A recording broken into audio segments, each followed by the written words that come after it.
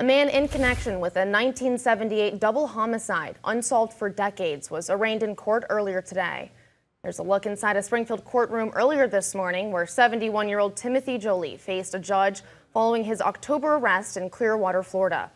In November of 1978, the bodies of 18-year-old Teresa Marcoux and 20-year-old Mark Harnish were found with apparent gunshot wounds on the side of Route 5 in West Springfield. More than 40 years later, advancements in technology and a recently identified fingerprint led to Jolie's arrest. Today, he was not given the right to bail, which means he'll be staying behind bars until he's due back in court January 2nd for a pretrial hearing.